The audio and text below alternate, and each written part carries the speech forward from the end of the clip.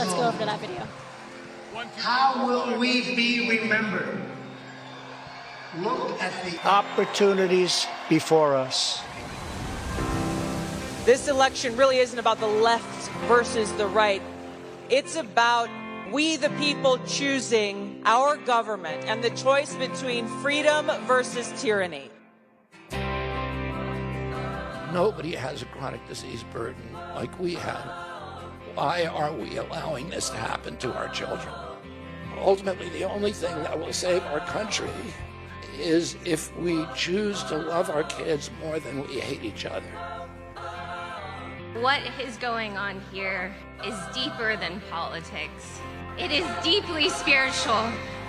We are being called to rise above the hatred and the fear and the evil. We need to remember above and beyond that we must love our neighbors, that we must treat other people as we hope to be treated. You want to be a rebel? You want to be a hippie? You want to stick it to the man? Show up on your college campus and try calling yourself a conservative. America is going to reach heights that it has never seen before.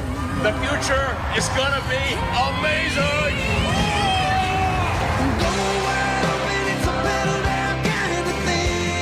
Don't you want healthy children? Don't you want a president that's going to make America healthy again?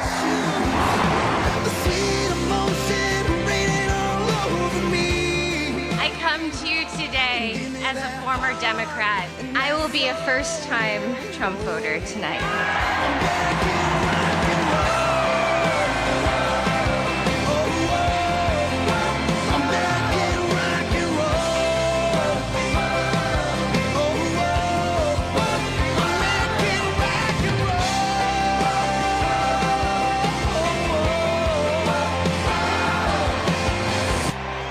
The people dreamed this country, and it's the people who are making America great again.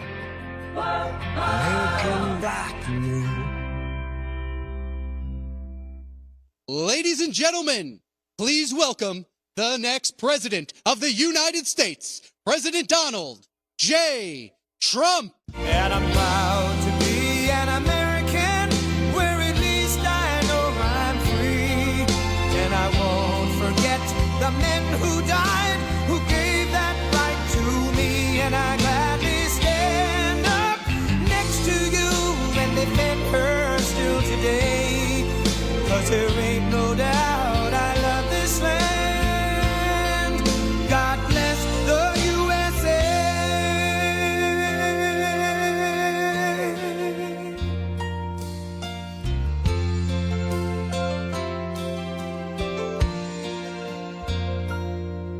From the lakes of Minnesota to the hills of Tennessee, across the plains of Texas, from sea to shining sea, from Detroit down to Houston and New York to LA, where there's pride in every American heart, and it's time we stand and say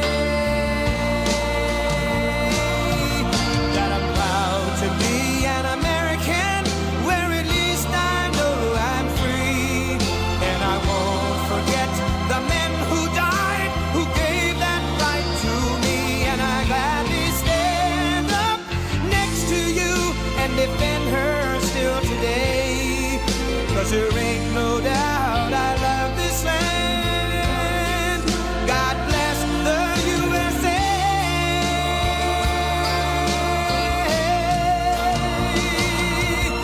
And I'm proud to be an American, where at least I know I'm free. And I won't forget the men who died, who gave that right to me. And I gladly stand up next to you and defend her still today. 'Cause there ain't no doubt I love this land. God bless the USA.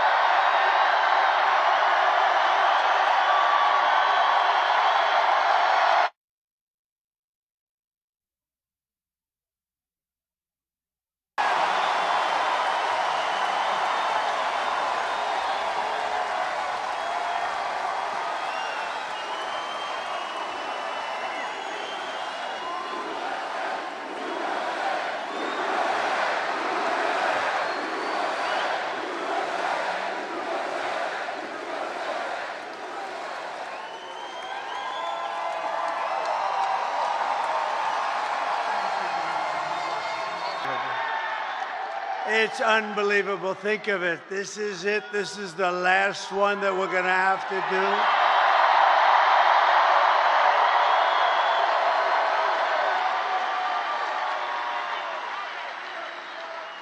And doing 4 of these in one day is a little difficult, but not really, because the love in every one of them has been incredible, just like this. So it makes it a lot easier. And I want to say a very special hello to Grand Rapids. It's been a special place. Remember, 2016, we were given a 3% chance. You remember, we came to Grand Rapids. I said, how the hell are we going to lose? It was just like this. And I said, how are we going to lose? We're not going to lose. And it was a 3% chance. And then we won a little place called Florida, and it went to about a 7% chance. And then it went to an 11%. And then it went to 17%. You remember? And went that way, and then it went to about a 62% chance. And they had somebody in there going totally crazy. The woman, she became she was going crazy. Not on our side, on the other side, she was going crazy. But we're in very good shape. I have to tell you, we're way up in terms of the vote. You know, the Republicans are never up like that.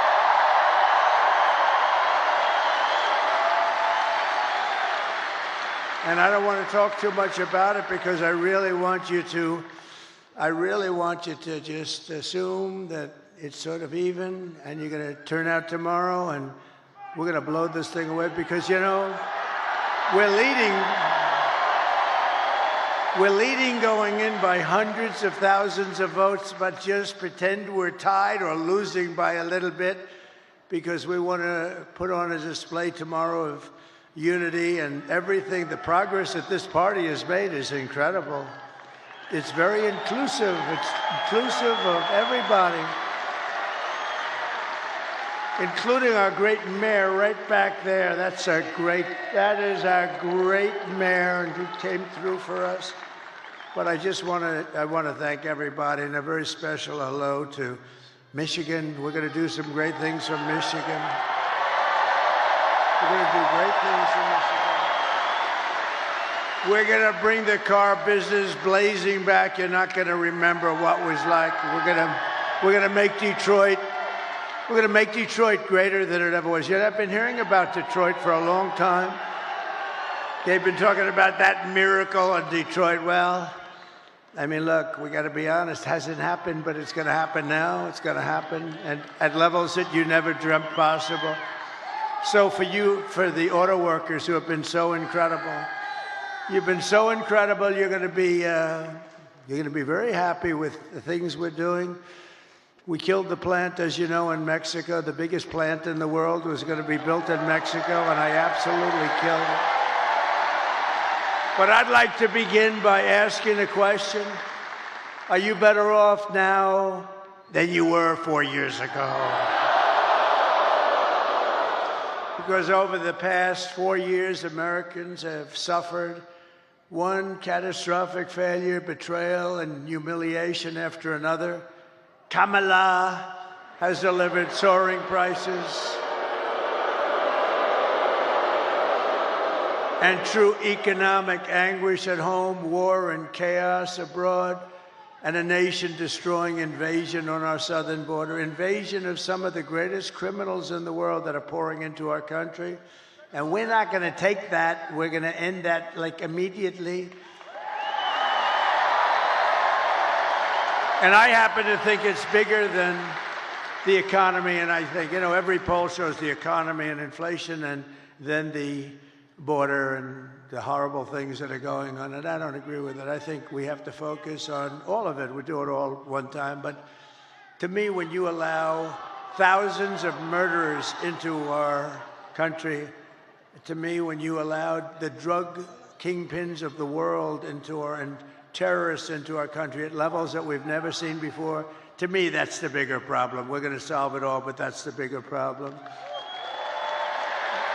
And we're going to have it taken care of very quickly. But my message to you And to all Americans, tonight is very simple. We do not have to live this way. We don't have to live this way. We're not living good. 4 years, what did they do that was good? Can you name one thing? I said to a group of people, what have they done? Everything's a disaster, including nobody even knows how to. Supposing President Xi of China wanted to call to ask a little question about war or Taiwan or anything, who the hell does he call? We got a little problem in America. There's nobody to call. You know, they'll probably end up calling me. Maybe they'll call me. But, no. But who do you call? And remember, they ripped that presidency away from Joe Biden. Say what you want. We're not fans of Joe Biden. You know, I spent $150 million on him. We went through the convention. We never mentioned Kamala. Nobody knew who the hell she was.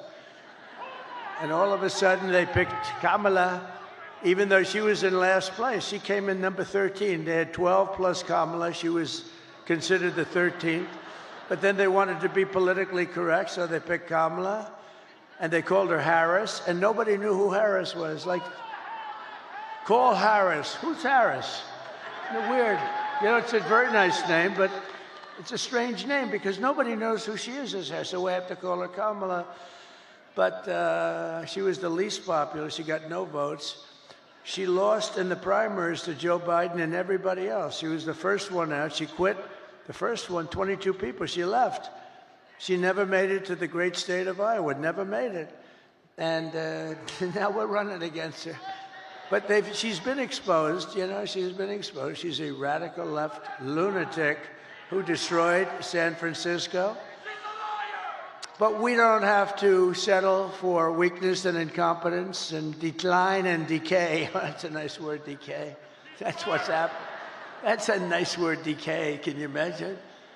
And nobody will question it because it's true. With your vote tomorrow, we can fix every single problem our country faces and lead America, indeed the world, to new heights of glory. Think of that statement, how beautiful that is. New heights of glory, that's what's going to happen. When we win the election and we're really, well, look, the ball's in our hand. All we have to do is get out the vote tomorrow. You get out the vote, they can't do anything about it, we win.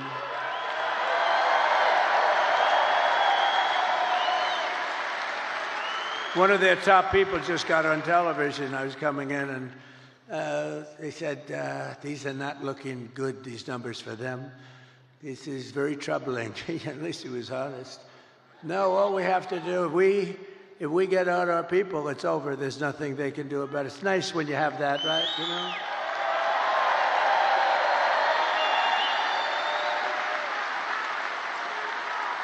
know? In other words, to make you feel a little guilty, we would only have you to blame. But we put ourselves in an unusual position. Never happened where we're leading by hundreds of thousands of votes in the early stage vote. That's never happened before. We've always been losing by sometimes millions of votes, and you know, you keep catching them on Tuesday, but Tuesday comes along and you make it, or you don't quite make it, you're a little short, and then they cheat, and it makes it a little tougher. Because when you have open borders, transgender everything, high taxes,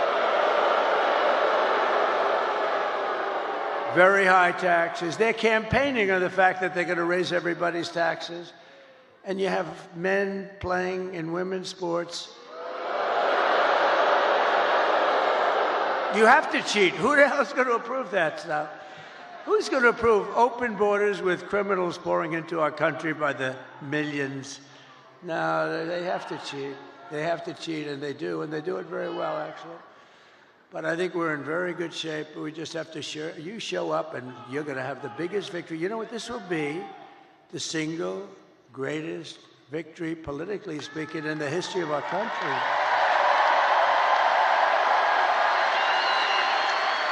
And when we win the election, only one day from now, do you know how that sounds? I started off saying, and when we win the election 4 years from now, that was terrible. That was so depressing. When we win the election 4 years from now. Then I said 3 years and 2 years and 1 year. Then I said 6 months, and I said, ooh, that's starting to get a little close.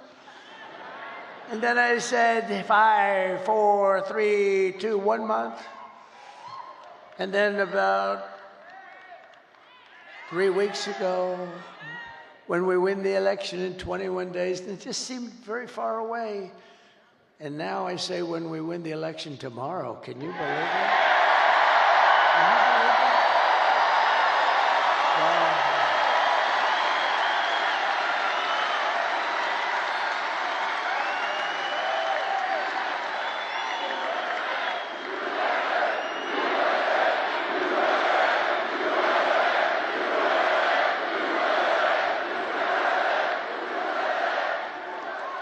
And what we've done, this is a sad occasion in certain ways, because I think we did like 930 rallies from the very beginning.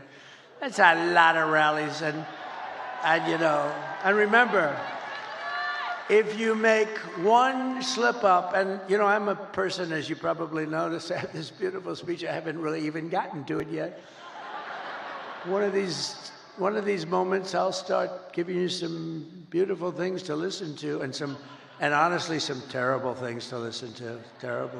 What's happened, what they've done to our country is horrible. Horrible. And by the way, don't you like a president that doesn't need to use a teleprompter? Isn't there something refreshing?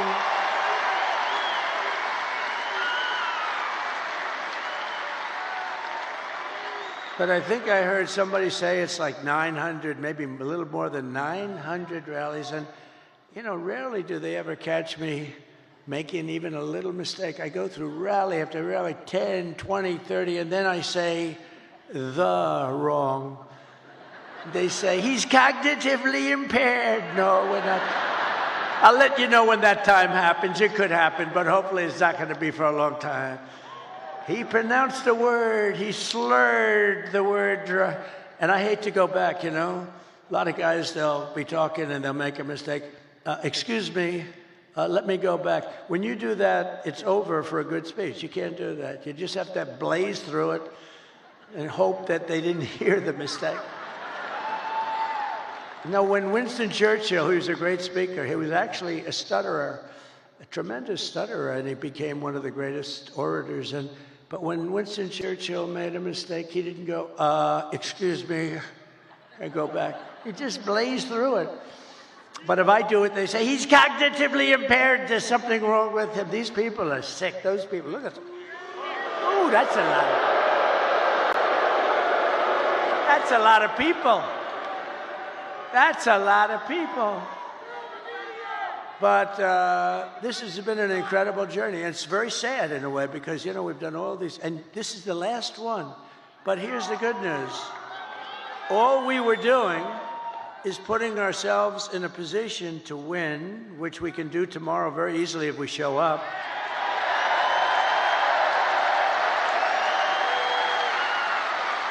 Just so you know, if we show up, they can't win. They can't. They mathematically can't win, because they're so far behind. If you don't show up, I guess, but here's the one thing I will say, show up anyway, but they have no enthusiasm. She had a rally today. She couldn't have had more than 100 people there. And I had all 4 stadiums were full, but she had a rally, and she was screaming, we're gonna win, we're gonna win, and they wouldn't follow her, they wouldn't say it. Did you see that clip? I'd like to put it up. The problem is I don't put up too many clips. I have the most beautiful clips. The problem is the press won't follow them. I had a friend a couple of weeks ago. We made these gorgeous clips, and actually gorgeous in one way, but horrible in another, showing the death of children and all the damage that they've caused with the open border. And all they have to do is take those cameras, look at all those cameras, and all they have to do is move them like an inch over and an inch up. I have oftentimes, well, not too many. I have oftentimes screens right behind me. All they have to do is just move it up 2 inches like this.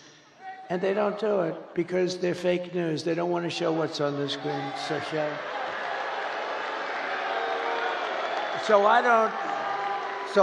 I'm having a modestly good hair day. Look at that. Look. Modestly good. Not the best. I'm not thrilled, but it is what it is. No, it's great. But what I do see behind me are beautiful people, great workers, people that are proud and they love our country. That's what I really see. Nice, beautiful. So it puts us, assuming we can win tomorrow, which I think we should be able to do pretty easily. It's in our hands, right? It's in our hands. It's totally in our hands. Oh, it's today. Oh, it's today. Oh.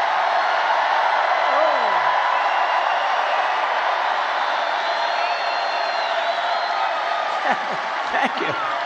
That's today. Wow. Can you imagine a crowd like this at like 1 o'clock or some ridiculous time in the morning? On a Monday/Tuesday, right? Think of that. What a compliment. And it is true. She had nobody at these rallies. That's a poll. Look, Mr. Wall. Look at Mr. Wall over there. This guy. It was always my ambition to buy a suit like that and wear it one time. Well, I came in a sanitation uniform last week, and that worked out pretty good. Because Joe Biden, in one of his crazy moments, said that we were all garbage. But they've shut him down. They took the election away. They walked in and they said, you're not running anymore. You're out. Can you believe? They stole the election from a president. They stole the. Can you imagine that? They said, you're not. They use the word coup. I think it's worse than a coup in a sense, because a coup, there's a little back and forth. They said, Joe, you're out. That crazy, horrible human being, Nancy Pelosi, who cheats like hell. She sold. She sold. You know what she said last night? She said, and there's another guy, the guy, how do you explain that guy? They say, well, we'll get ready to start impeaching him. Now, how bad are people like that? They're just trouble for our country. They're bad, sick people.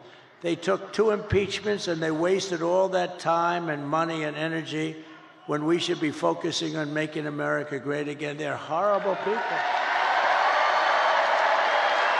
I mean, Nancy Pelosi started with nothing. She's worth $200 million. She had a big position in Visa, and she sold it. And the day after she sold it, the Justice Department announced that they were under this massive investigation. You're a stock guy, right? They're under a massive investigation. So I don't know what happened, but I don't imagine the stock went up.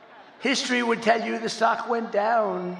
Did it go down a lot? It went down a lot. So they have this big position. She sells her stock. Hours after she sells her stock, they announce that Visa is under massive investigation. The stock goes tumbling down. She's a crooked person. She's a bad person. Evil. She's an evil, sick, crazy. Oh, no. It starts with a B, but I won't say it. I want to say it.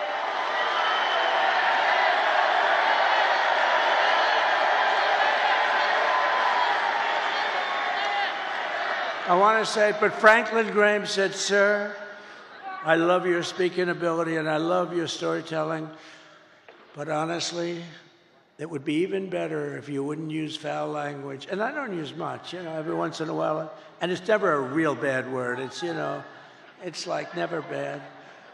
And so I try to adhere, but he's wrong about one thing. It is a little better when you use the foul language because there's more emphasis. No, but these are bad people. These are bad. Adam Shifty Schiff. I call him pencil neck. He's got the smallest neck I've ever seen. He's got about a 4. And he's got the biggest head. So I don't know how the neck can hold the head. He's an unattractive guy, both inside and out. And this guy can end up being a senator, but don't worry, we've been beating him for 8 years. We've been beating these people. We've been beating them. They impeach me, we win. They send me down the Records Act, and we won in Florida. We win. But you know, we have to take a lot of time, a lot of money, which is what they want. A lot of time, a lot of money. This way we can stop. The one guy we don't want to fight is Trump. We can stop him from getting the Republican nomination. And I got the Republican nomination in record time.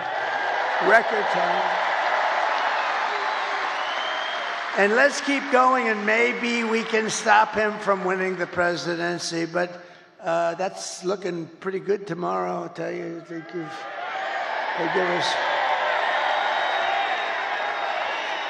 probably a 95. What do you think, a 95% or something like that? But don't believe it. Don't believe it. Go out and vote. Remember the story of Hillary. Just remember, this is why I tell you the story. She was in bad shape when she called me up that night. And by the way, she called up and conceded, and then spent 7 years on saying how she was a good sport. Oh, she's a lovely person, Crooked Hillary. But you know what? She's smart. But she wasn't like, she lied a lot. I mean, a lot. But nobody lies like this Kamala. Kamala, he will not ever frack in Pennsylvania. My whole case is fracking, and he will open the borders immediately. No. I'm going to close the borders. However, if people want to come in, they can come in legally. They have to come in through a process. We need people.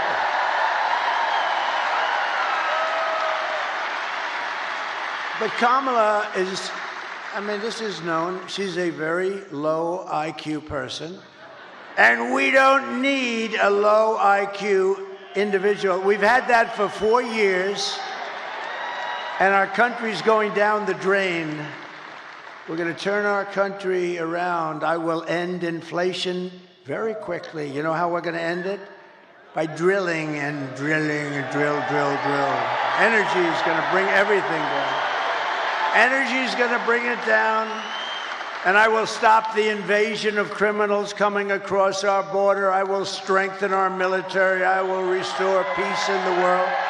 And I will rescue the American dream. We're going to have the American dream back soon. Together, we will begin the 4 greatest years in the history of our country, and we will launch the most extraordinary economic boom the world has ever seen. If you vote for Lion Kamala, you will have 4 more years of misery, failure, and disaster our country may never recover from. I don't believe that our country can take any more of this without just gone. I don't believe it can take any more. It's going to be, can't take this. This is abnormal abuse,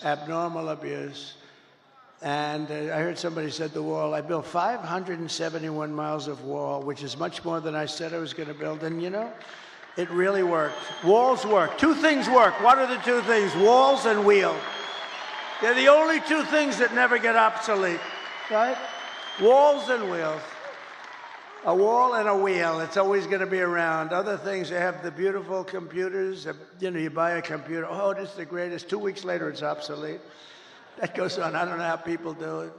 We have the king of computers. We have the king of everything endorsed me, Elon Musk.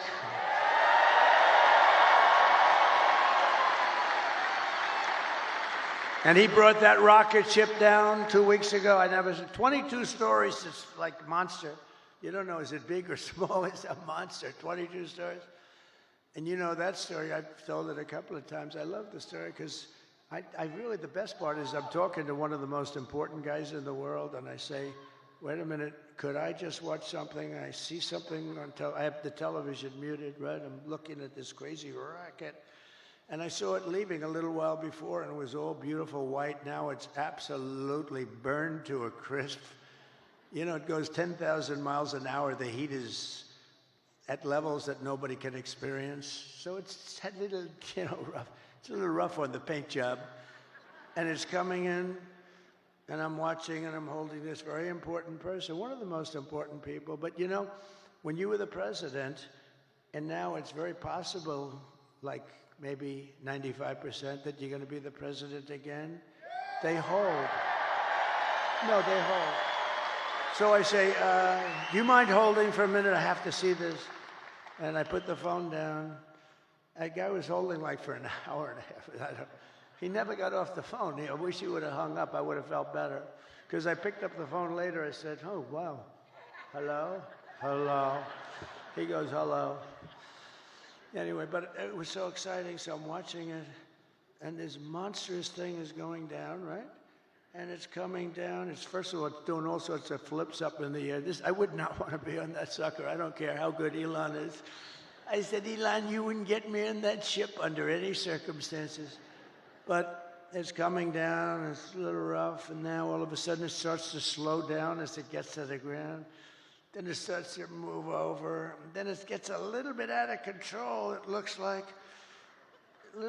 And the left part of the bottom is going to just rip that big gantry. That's this, you know, whatever the hell it is that holds it. And it's coming in. Oh, and I didn't know it was Elon's. I just assumed, you know, he loves this stuff. He's in a class. But it's coming in and it's going to rip the gantry. I say, oh, this is bad. This is going to be bad. I close my eyes. All of a sudden, wow, you have this massive flame coming out of the left-hand side of the bottom. It was these big jet engine. It pushes it away, and it's coming down, and then it settles into a plate, and then those arms grab it like you grab your baby, just like you grab your little baby. And it hugged it and just put it down, and there it was. There it was.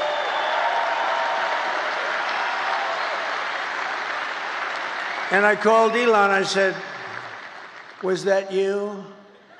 He said, yes. And he said, and by the way, he said this, and by the way, this is something I'd never said because I didn't even think of it before when I told this story. He said, and by the way, I'm heading up to Pennsylvania to campaign for you. That was 2 weeks ago. He's still there. Can you believe it? Because he considers the election more important than rockets, more important than anything. He helped us out a lot in North Carolina and parts of Georgia where they desperately needed the Starlink. I had no idea what Starlink. They called me up.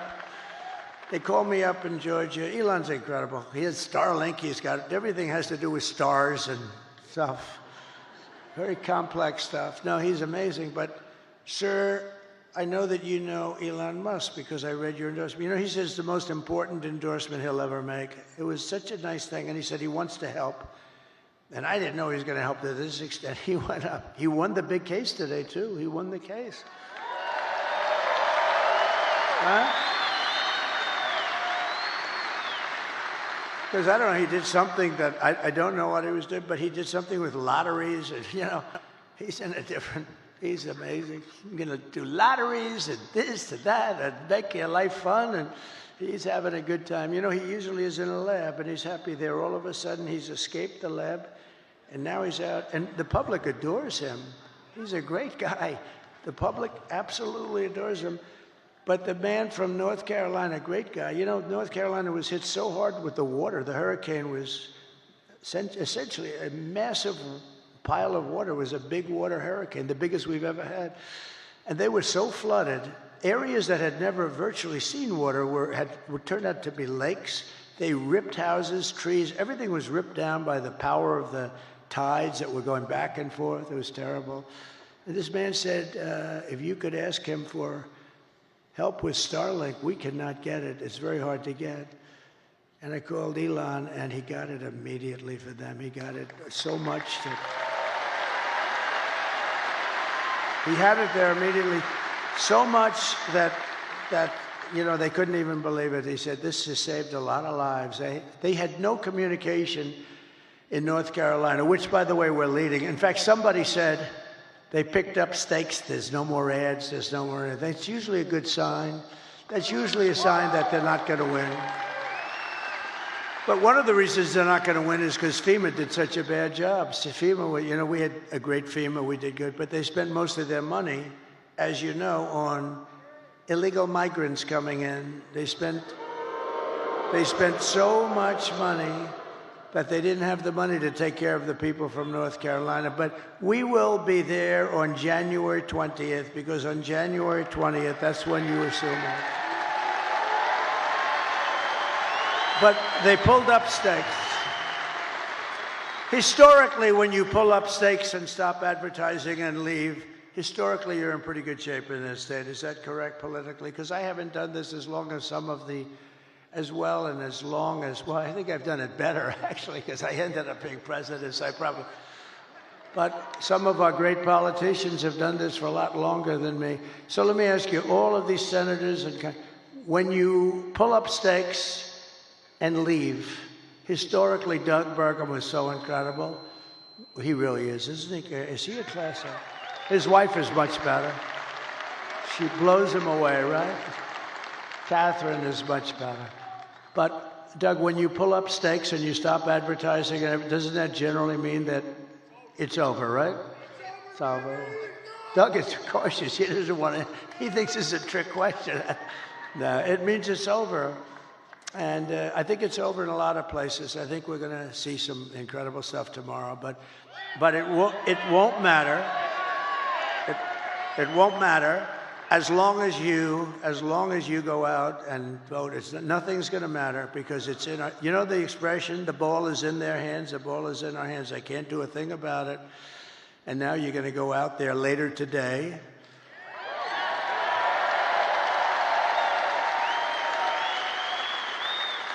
And you're going to show us something, and vote for me, and I will deliver rising wages, soaring incomes, and a colossal surge of jobs. We're going to use things.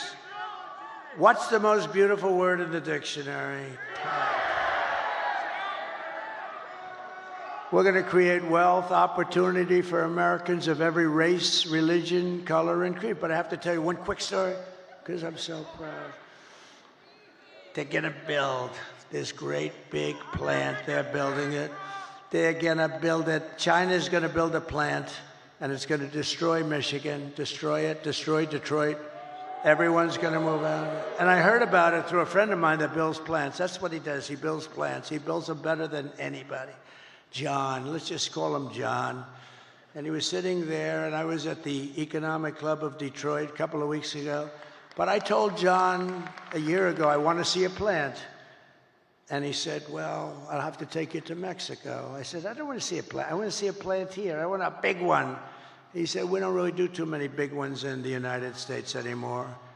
I said, what is that all about, Mexico? He said, well, China's building some of the biggest plants anywhere in the world. They're building them in Mexico. And I said, well, I'm not happy about that. I don't want to see the damn plant in Mexico. It wouldn't look right if I'm in Mexico looking at plants. Do we agree, sir? It wouldn't look right. And so he said, all right, look, I say, forget it. Then I thought about it, and I was making the speech in Detroit, and I said, a couple of weeks before, I said, if they want to build a plant in Mexico owned by China so that they can save all of the costs associated with bringing their cars and all of the things, I'm going to put 100% tariff on every single car coming out of that plant. And if that's not enough, I'll make it 200, 300, 500, 800. I don't give a damn what it is. And they're not going to have one car made in that plant that ever crosses that border, which is right next to them. Anyway, so I see John in the audience, and I gave them that notice a little before, and it was public. And I see him, and I send my people. I say, after I speak, make sure he comes to the back. I want to see him backstage. So I see John. I say, John, how's that big monster plant that's going to rip apart our country, but it's going to hurt South Carolina, Tennessee, and all the other places that do a lot of cars. It's going to hurt everybody. It's going to hurt the country. How is that plant doing? He said, sir, they've given it up because they think you're going to win, and they think you're going to tariff them, and they think they're going to lose their share. And sir, they've given up that plant. It's not going to be built anymore. So I saved Michigan and I saved Detroit, and we're going to let them build that plant. But you know where we want them to build it? Right here we want them to build it. And then they won't have any tariffs to pay. They won't have any tariffs, and they're going to use you to operate that big sucker, and they can build as big as they want with no tariffs. I said, let them know we'd love to have their investment. They're going to build it right here in Detroit, or at a minimum, they're going to build it someplace in the United States, and they won't have any problems. So that's a So I saved Detroit and Michigan a lot. That alone, and I did that without even being president. How about that? They said he's going to win. They told John, we think Trump is going to win, and he's not going to let us make anything, and he's going to do things that we don't know. This guy is crazy. Because, you know, I charged China hundreds of billions of dollars in taxes and tariffs. They paid us, not one other president. And, you know, we're going to get along great with China. We're going to get along good. I want to get along with them. President Xi was great until COVID came. Then I wasn't so thrilled with him. But we did a great job in that. You know, we went back. Nobody knew what the hell it was. We did a great job. We get credit on our military. No wars. We did no wars. I had no wars. Remember when crooked Hillary Clinton? Remember when crooked Hillary was screaming during a debate, he's going to charge wars, he's going to have wars, he's going to prosecute wars all over the place. Look at him, he's a very volatile person. I'm actually not. I'm a very calm person. She's the one that's volatile. But he's a very volatile person. No, I stopped the wars with my being volatile.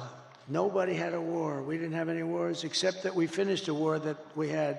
We beat ISIS. 100% of the ISIS caliphate was taken down. And it was done in a matter of weeks. When our stupid generals, our terrible generals, you know, the guys up top, like Milley, like Kelly, real losers. Kelly was dumb as a rock. I'll never do that again. I let people, I say, give me a letter of resignation. Yes, sir, I'd like to say. I said, just give me. You know, Biden never fired anybody. That's why he never had a bad book written about him. No, and also, number two, nobody cared. When I fire somebody, every major publisher in the world, will you say something bad? I had one person who was so complimentary, sir, you're the greatest president that ever lived, blah, blah, blah. Then she gets a show, but they only want to hire her if I have all these letters, there's never been a better president. She goes in the show, I didn't like him, he was terrible. What a terrible human being. These people are sick, but you know what? All we can do is keep winning. That's all. Win, win, win.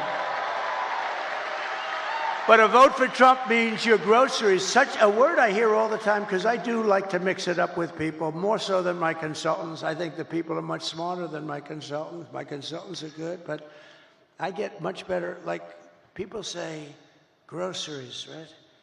I haven't used that. You know, such a sort of an old term.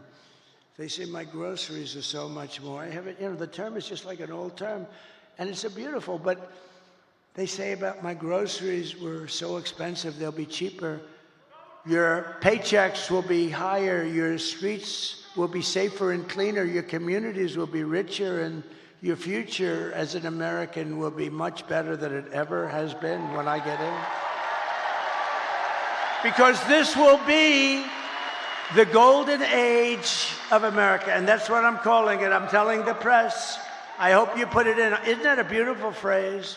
The golden age. I like to brand things, like I brand Pocahontas, and you know, I do a lot of branding. I'm one of the greatest branders in the world.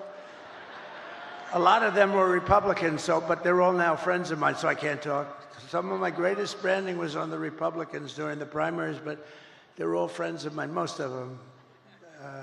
Some of them, yeah, most of them are. Most of them are, but you know, I don't talk about that.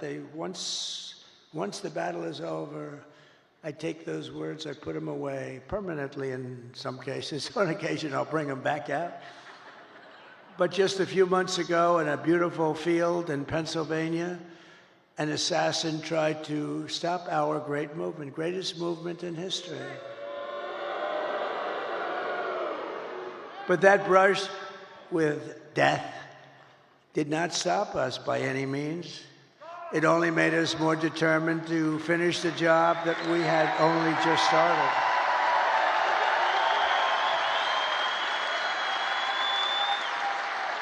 That was not a pleasant day, I will tell you. That was not a pleasant day.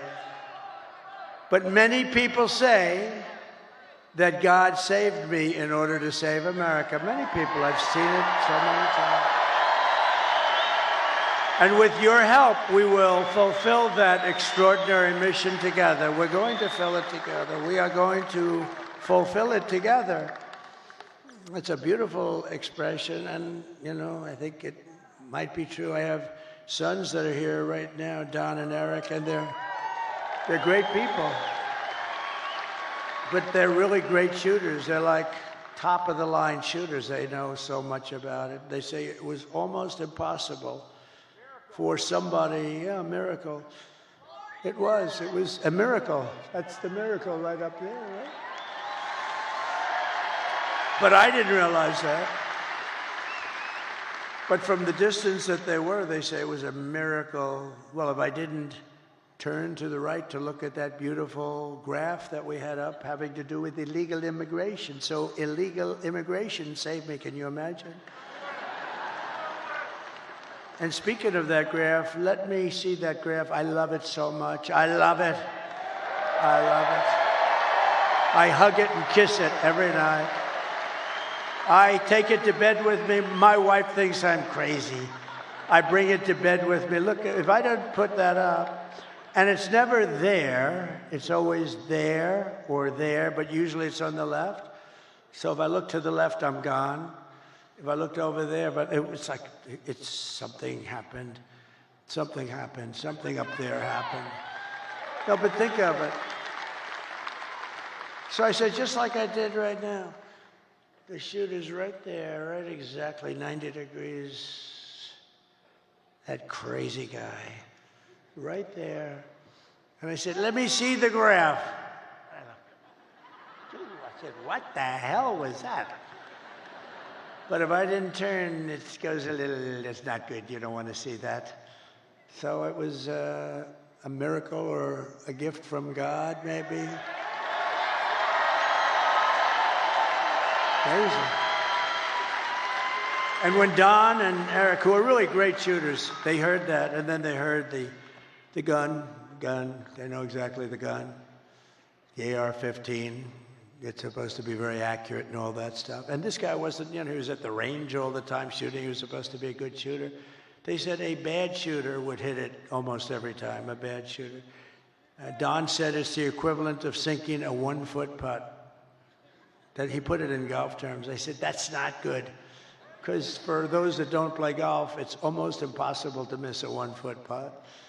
And so it's amazing. So they were shaken up. They couldn't believe it. They actually said God did that because they didn't believe that they could. Now, it wasn't a miss. I mean, it wasn't, it ripped the hell out of it, but I consider that a miss.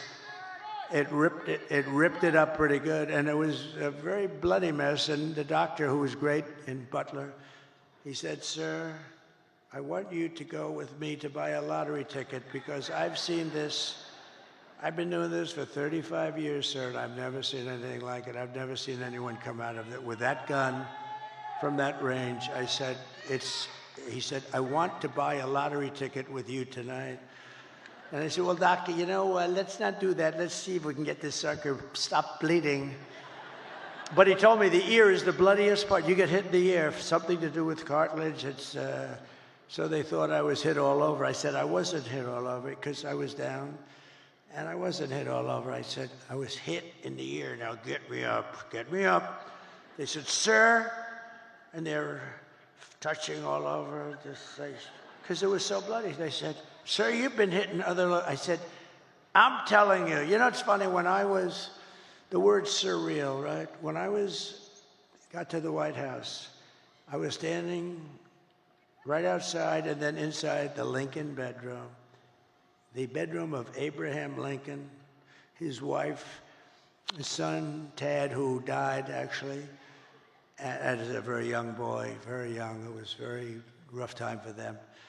They were suffering tremendous melancholia. You know, they called it, they were melancholy. Melancholia, they called it, not depression. It's the same thing, but in those days they call it melancholia. But I was in the Lincoln bedroom, so famous, all the furniture just the way it is. And he was very tall. He was 6'6". That's like the equivalent of a Baron Trump today. You know? Who's a lot taller than 6'6". He's a good-looking guy, but he is tall.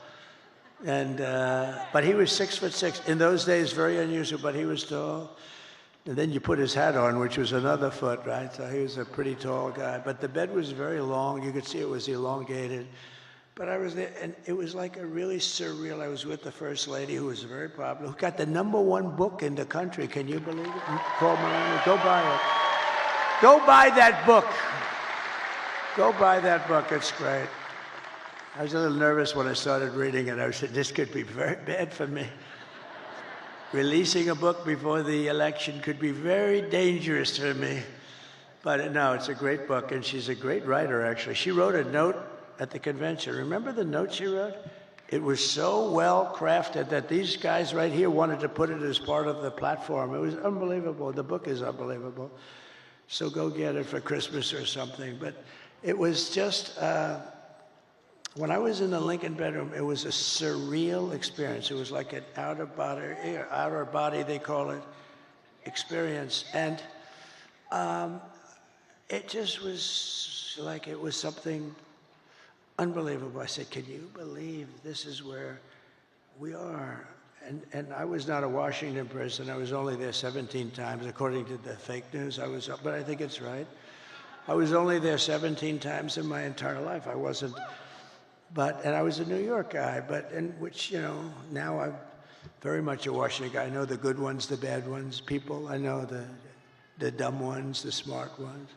I know a lot about the people. I didn't know anything about the people. I had to rely, and we did great. We had mostly great, the trade people, the war people. We had a lot of great people. But when I was on the ground, there was no surreal experience. I knew I was shot in the ear. And I was telling Secret Service, and let me tell you, they were damn brave. I went down fast because, I looked, there was blood all over my hand. I said, this is not the normal situation. It's either the largest mosquito in history or I got hit by a bullet. And I followed my hand down, and I think people were also shouting, get down, I think it was.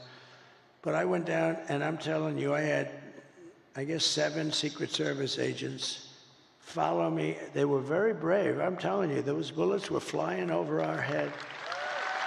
And, you know, you can't forget that. Can't forget that. Those bullets, and I heard those bullets going. I said to somebody, how fast were they going? They gave me some mathematical number. I said, no, I want to know in miles per hour. And I think it was 3,200 miles per hour. You know, think of that. You know, a car, you're going fast at 70 or 80. These are 3,000 something. And those suckers were going over my head. There were 8 of them total. It was a total of 8 shots fired. And then it was a shot by a Secret Service sniper. Amazing, 1 bullet he used. But I think we also had help from one of the police snipers. He hit the stock of the gun or something, and we appreciate that very much. But it was amazing. But when I was down there, I was totally aware. I said, no, get me up, because I was speaking in front of a massive, you couldn't even see the end of it. Now, when we had the celebration honoring Corey, the firefighter, great guy, when we had that celebration, we had 101,000 people. And that's when I really got to see that's where I really got to see the real Musk, because I invited him up. And he's always like in a lab. And it's almost like he was released. And I said, you have to come up here, Elon, just come up. And he looked out, and he was so happy. I think he loves people. And he started doing jumping jacks and stuff behind me, right? He was so happy. I think he's going to run for office against me. I'm very concerned. No, he's great. It was great. But he was so happy, and it was a great celebration. But But when I was down, there was no feeling like I had in the White House. I mean, I totally was aware of everything.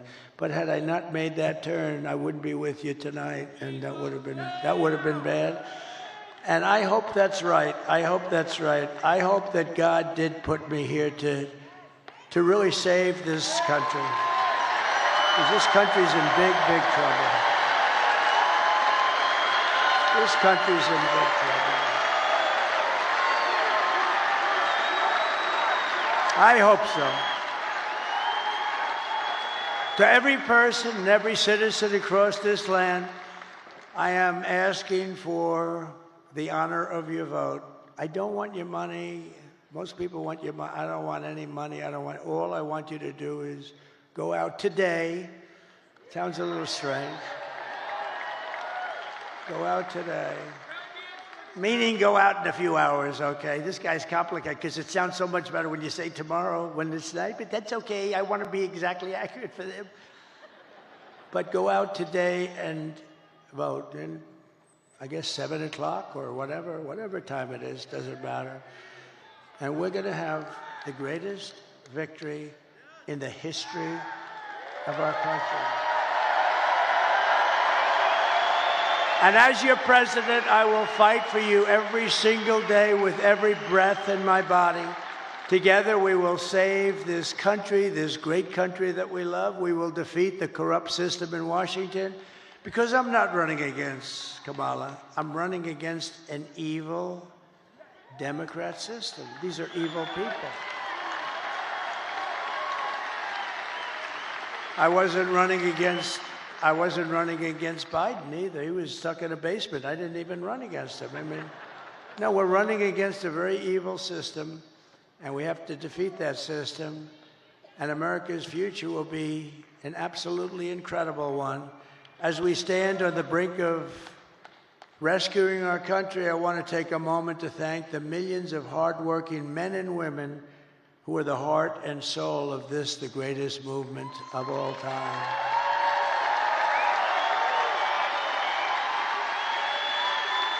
Because it's you much more so than me, frankly.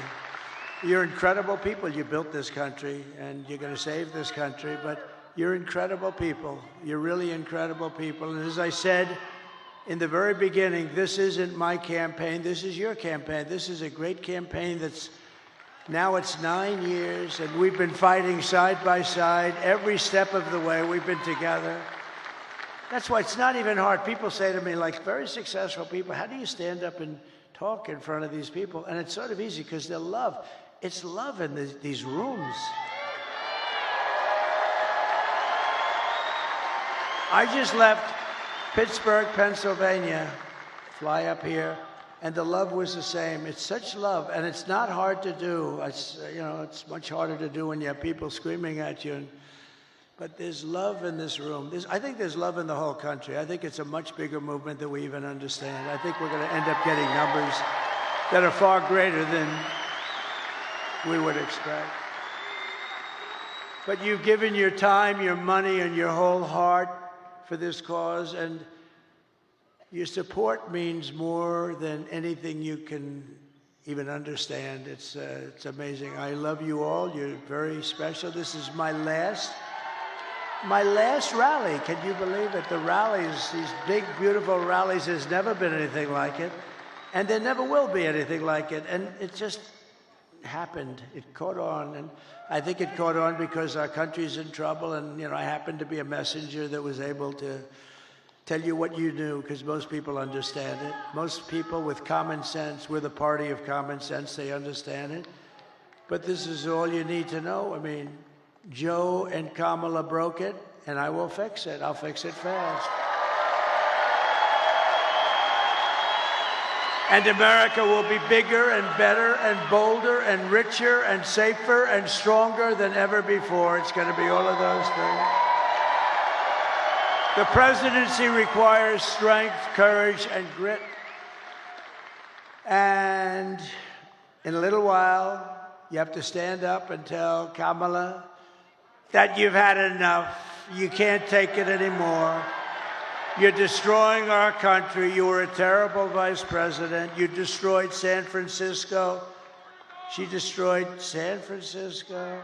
And she worked, when she was Attorney General of California, she worked along with a lot of her friends out there, like Gavin Newsom, the governor, one of the worst governors in history,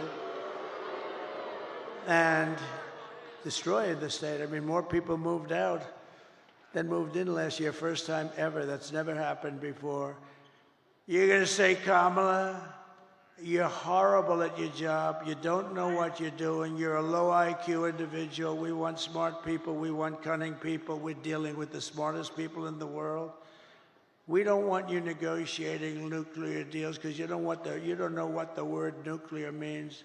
Kamala, you're fired. Get the hell out of here.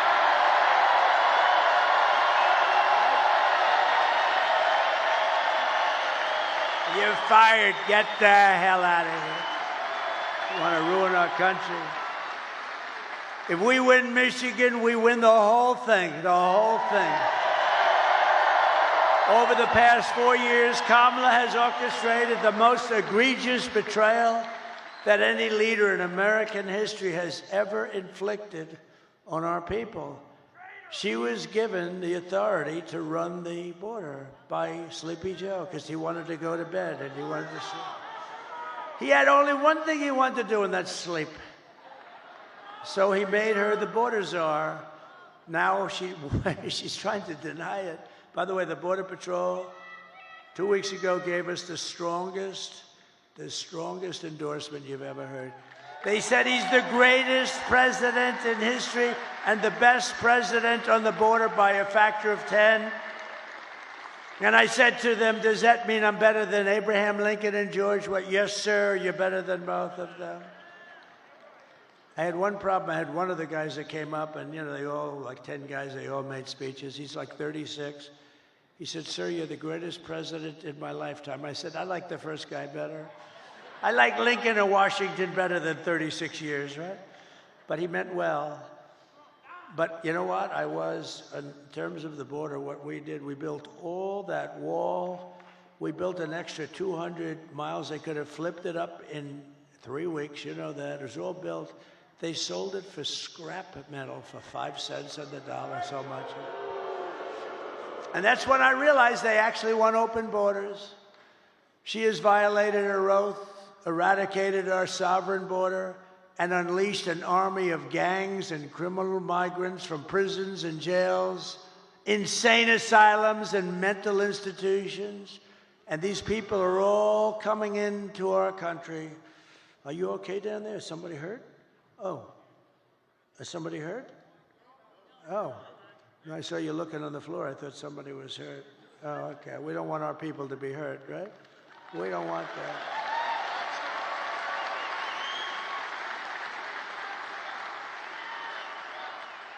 But all around the world, they come from Venezuela, they come from the Congo in Africa, not just from South America. They come from all over the world, and they're stealing countless American lives. They're killing a lot of our people, a lot, far more than anybody thought even possible. The day I take the oath of office, the migrant invasion ends and the restoration of our country begins. It begins immediately. The United States is now an occupied country. Who would have believed somebody that's running for president and perhaps will be president in less than 24 hours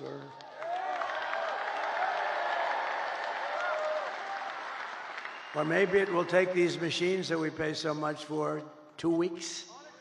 Can you believe it? You know, if you used very highly sophisticated watermark papers, it's more sophisticated than the machines. Paper, highly sophisticated. Okay, if you used paper, and if you used voter ID, and if you had 1 day, and you, in addition to voter ID, you have a proof of the fact that you're a citizen of our country, which would be nice, you would have the results tabulated, like in France, they had 37 million people. The results were tabulated at 9:30 in the evening. They had a winner, they had a loser, and they went home. And here's the other thing. I know nobody's very cost-conscious anymore. 8% would be the cost compared to the cost of these very highly complex machines. And Elon Musk told me, he probably knows more about computers than any man in the world. He said that machines don't work because they're easily violated. Now, this is the smartest guy in the world, the guy that runs rockets with computers, and saying the computers are far more important than the engines. I mean, nobody knows anything like this. But if you used paper, it's 8% the cost of the other. It's more accurate. And you don't have 12-day waits. And then what the hell's happening in the inside of those machines if you wait? We want the answer tomorrow, tonight.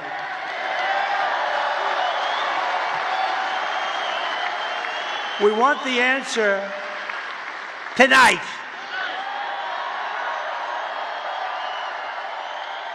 They spend all this money. They spend all this money, and old-fashioned paper is much less expensive. And you know what?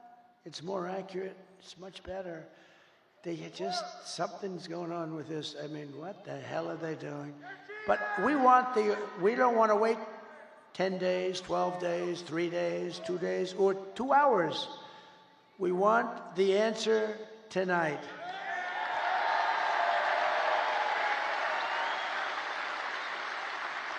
So we live in an occupied country, and I will tell you, we will be an occupied country no longer. This will take these young guys, these have military type equipment, highest grade, highest level, supreme military equipment. Where the hell did they get this stuff?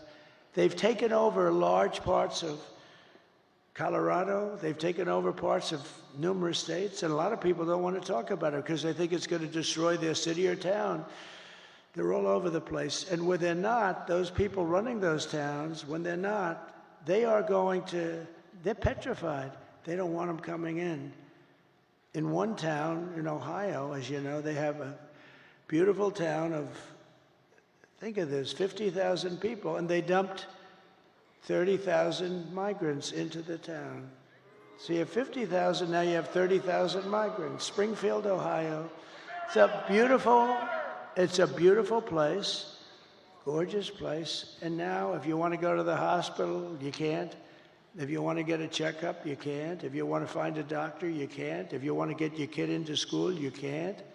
It's a whole different world. It can't be, we can't allow this to happen. They're destroying our country.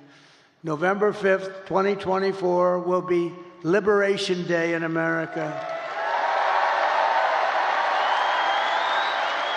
On day one, I will launch the largest deportation program of criminals in American history. I will rescue every city and town that has been invaded and conquered. Can you believe I'm running for this great office and I'm talking about rescuing cities and towns that have been invaded and conquered? Can you imagine 10 years ago? Can you imagine 10 years ago using language like that?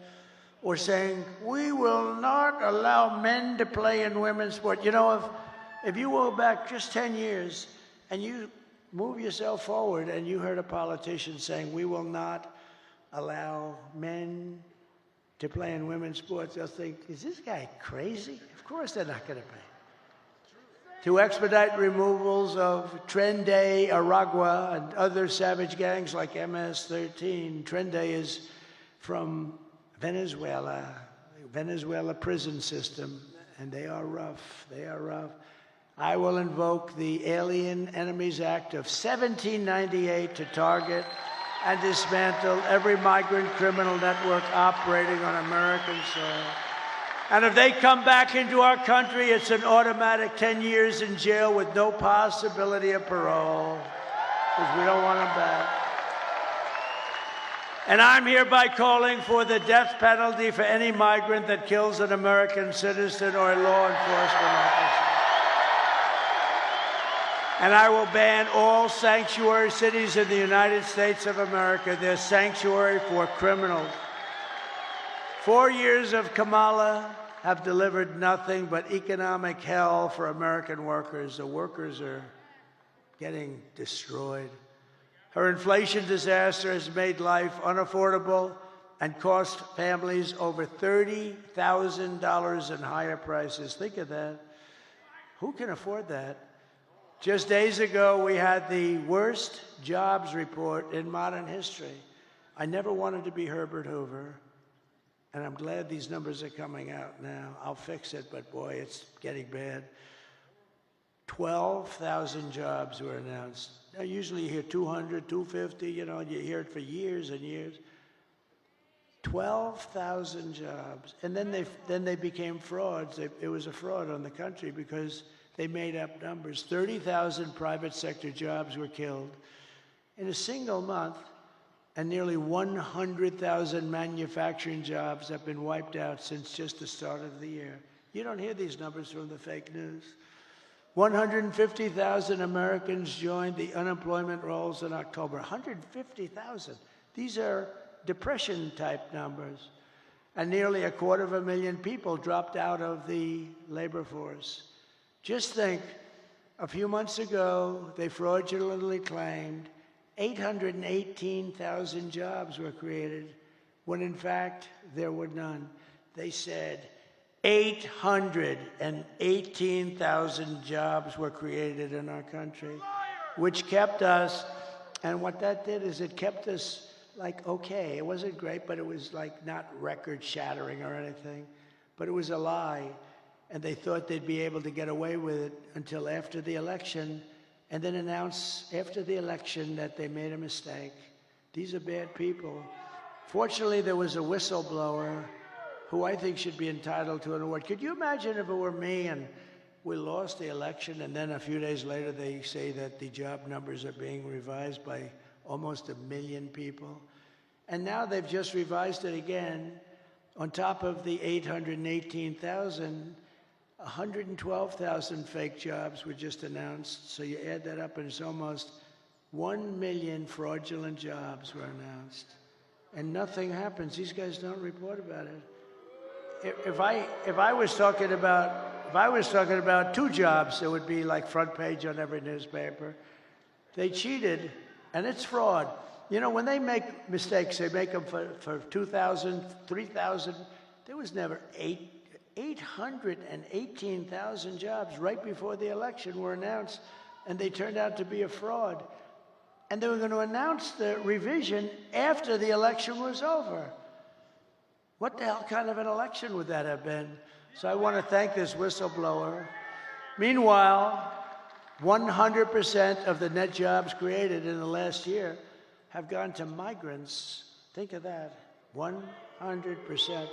100% of the jobs that were created went to migrants, not to people. And I'll tell you what, your black population is being devastated by these people. They're taking all the black population jobs away, and they should announce those numbers before the election also, because frankly, what's happening there, you're going to see some bad things happen. They're taking their jobs, and the Hispanic population is going to be next. You watch. It's horrible.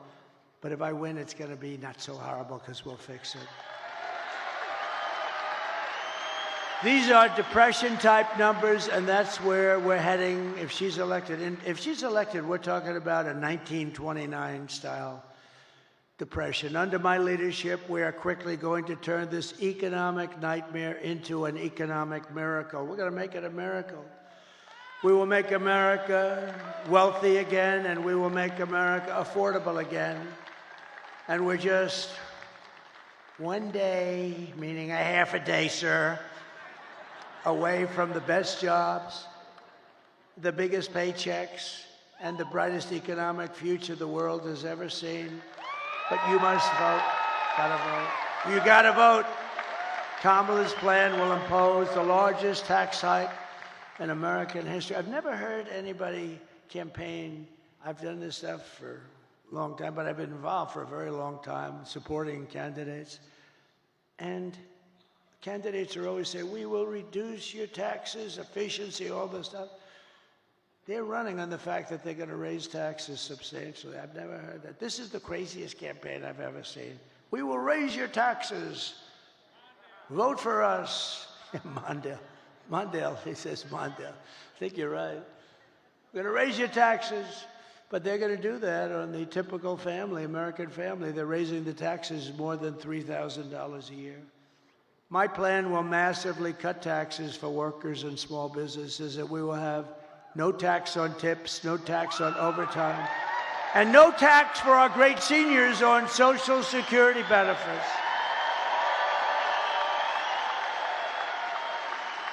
To rapidly reduce inflation, I will end Kamala's war on American energy, and we will drill, baby, drill. We're going to drill, baby, drill. And I will cut your energy prices in half within 12 months, okay? When that happens, everything's coming down. The donuts are going to come down. The food is going to come down. As we say, the groceries. I just told the story in Pittsburgh.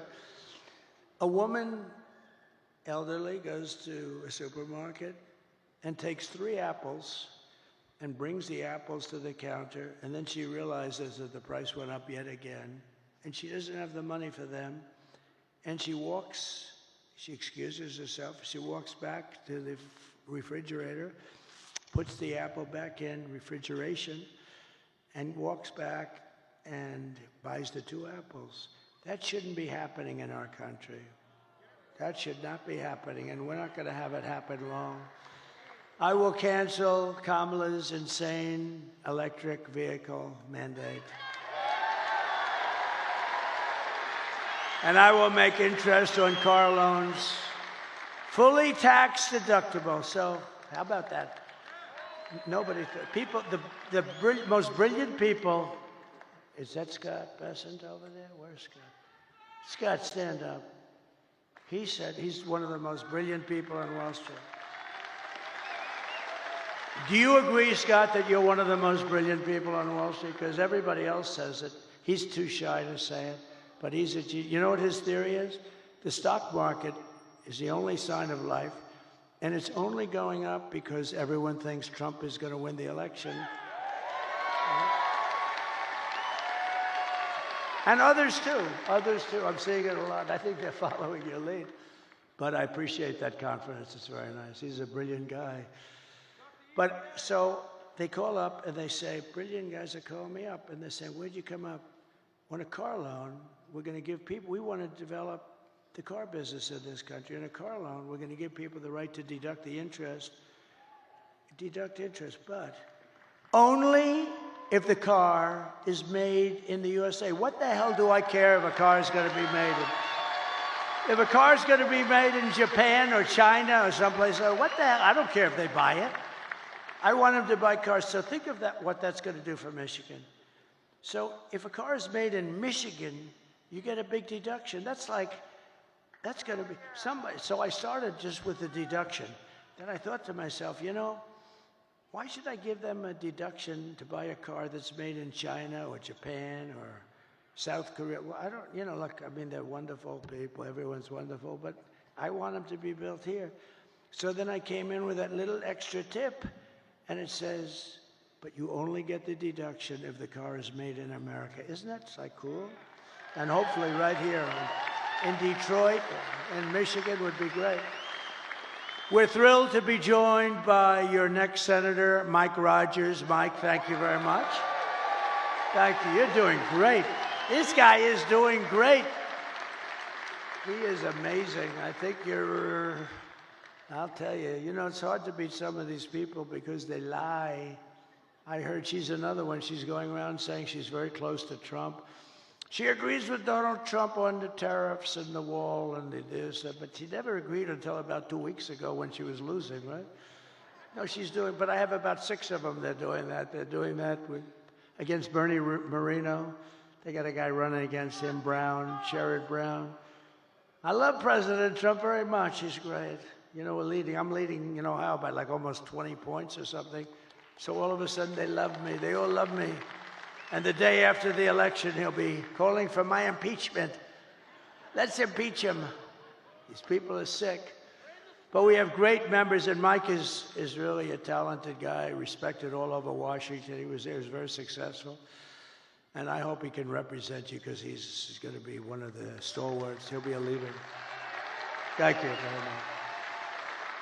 And also members of Congress, John Joyce, Bill Heisinger, Tim Walberg, John Molinaire. I saw you guys. A very good speech you guys made. Boy, you really were rocking them, huh? You guys, very different styles, but tremendous talents and really good. Thank you very much. They really are tremendous. You have a great bunch here. I don't say that with all states. Some states I'm not so thrilled, but that's okay. And governors, Sarah Huckabee Sanders. Where's Sarah? She's so great. She is so great, right? Proud of her. I saw her father the other day. I served on a panel with him. And I said, you know, Mike, I think you're great. He endorsed me when I was running. He gave me a 4-page endorsement. And I think the endorsement was put out before I finished my speech. And I said, you know, you're great. He said, well, I appreciate that, but my daughter is far greater. How about that? Is that nice? My daughter is greater, he said. And he's not a man without an ego, I will tell you, right, Sarah? But he said, my daughter is greater. That's beautiful. That's a beautiful thing that he said. He's an incredible guy. And Doug Burgum, who's become one of the real stars of the party. And Catherine, stand up. I first noticed Doug by looking at Catherine. She was riding a horse in an ad. I said, who the hell is that? But I don't look anymore. No, beauty doesn't mean a damn thing to me anymore. It doesn't mean anything, but I did notice there was a woman, and to the left there was a man riding, but I didn't notice him so much. But it was this couple. And you know the ad I'm talking about. It was beautiful. It's like the most beautiful. He looked like the Marlboro Man. Whatever happened to him? But what a combination. And he's become one of the most successful governors. What he's done with the fracking and with the oil and gas and everything, he's become something special. He's done a great job. Thank you both very much for being here. Appreciate it. And former Congresswoman and Democrat candidate for president who did very well. I watched her for a long time. She's a woman of incredible intelligence, but maybe more than anything else, unbelievable common sense and very, very special. She just joined the Republican Party, by the way. She was an independent for years. Tulsi Gabbard. Tulsi, thank you.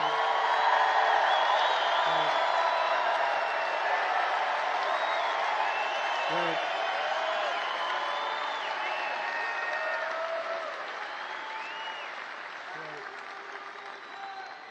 And a man who's very special with a great talent. He was the ambassador to Germany. And I'll never forget when I took him out, the happiest person in the world was Angela Merkel. When Rick Grinnell was taken out, this was the best day in Angela's life. He was not your typical ambassador. He was somebody who would say, this is no good, what's happening? And actually it was a love-hate. They really loved him, but they said he's a smart one. He was wise to what they were doing. Rick Grinnell, where's Rick? Thank you. Thank you, Rick. And a woman who ran a very good race. It was a hard race because, you know, she believes in things and she believes in them very strongly. And I say you always have to stick with your beliefs. It's very tough. I told her it's very tough. But she's a hell of a woman. She had a father who I knew. He was a steelman. He was in the steel business. He was thankful when I put the tariffs on because we saved the steel industry. And he was a real pro. He passed away, but he was a great guy. But he'd be very proud of his daughter. His daughter's an incredible woman. Tudor Dixon. Thank you, Tudor. Thank you. We miss your father, right? What a great guy he was. And then we have a woman who drives extremely fast. She can drive a car and, you know, just very successful, won races, but she's very successful. It takes tremendous courage and strength and everything else. It takes everything. I think driving those cars at 220 and 240 miles an hour, boy, you got to be brave. probably have to be a little bit crazy, Danica Bradrick, right? You have to be a little crazy, right? But it's Danica. And such an honor to have you involved, Danica. Such an honor. She's so smart. We were talking about, I just can't believe it how I was asking her questions on the plane over about, how do you do it? How do you do it? Because, you know, they had me in one of these cars that start the race, and I'm sitting in the car, and we're going like 60 miles less than what you travel at. And I'm saying to the driver, you okay? He was okay. But it's an honor to have you involved. You're really special, really incredible athlete. She's an incredible athlete.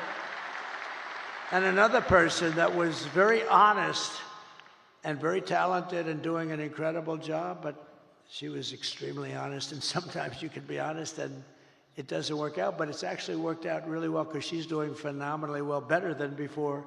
Sage Steele, thank you very much, sir.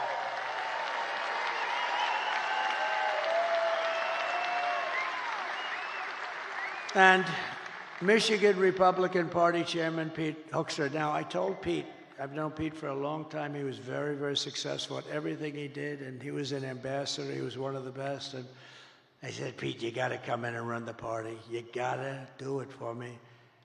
And it was not that easy. He has a lot of options, and he came in, and I mean, I think we're going to have a great result later. But Pete came in and ran the party, and I'll tell you, it is so organized, it's so professional. I think we're going to win. I mean, I think we're going to win in Michigan, seems to be.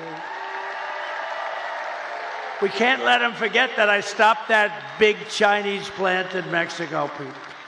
Put that on top. But no, that was the thing. Nobody else would do that. I did it without being president. They just said, but they know it's not going to be easy for them. They won't, they're going to, let's put it this way, if they build it, they're going to lose their ass, okay?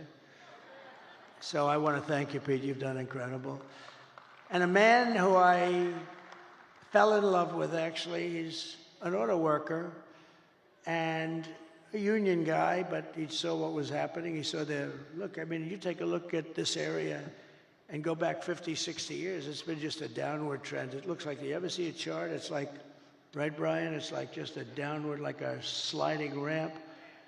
Brian Pannebecker from the Auto Workers for Trump. Brian, come up here for a second. Come in. Come in. I got to see it. I love this guy. I always wanted arms like him.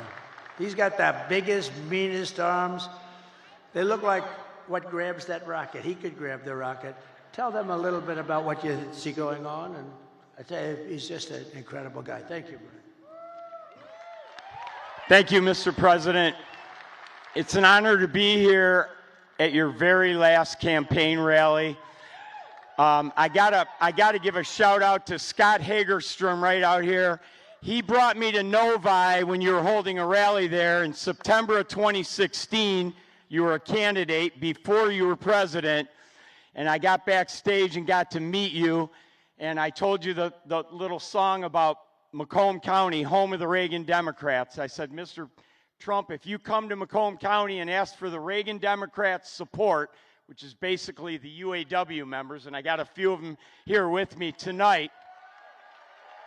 I said, if you come to Macomb County and ask for the Reagan Democrats' support and you get it, you might win Macomb County big enough to carry the whole state of Michigan. I said, Mr. Trump, if you win Michigan, we both know what that means. You win the White House. And that's exactly what happened. So we're going to do it again this year. The UAW represented auto workers are going to vote 65% or more for Donald Trump for president, and we're going to carry Michigan again. Thank you, brother. I love you. We all love you. Thank you, Brian. Great guy. Great guy. And you're a great guy. I appreciate that support. I appreciate that support. Thank you very much. It's terrific. You gave us a beauty there, didn't you, huh? He's a worker. Michigan Senate Republican leader, Eric Nesbitt. Eric, thank you very much. Great job. You're doing beautiful. and Michigan House Republican leader Matt Hall. Tremendous guy. The great Steve Witkoff, great businessman, the most generous person I know. He gives a lot of money. Every time there's a hurricane, he wants to give money, and he's just great. And Howard Lutnick, he's working along with my children and Linda McMahon, who's fantastic, and they're working on transition. But I said, don't worry about transition. Let's win this thing first. Okay, we'll work on transition. But he's one of the most respected people on Wall Street. Rebuilt his firm after it was taken out of the World Trade Center by that horror show act. Long ago now, but it's still very emblazoned in all of our minds. But so Howard, thank you very much. Howard Lutnick, thank you very much. And my great children, should I have them come up real fast? Okay. Don, Eric, Tiffany, Laura, Michael, come on up here.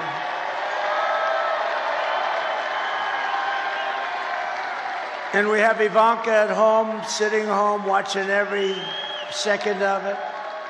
And we have Barron, my beautiful boy, Barron.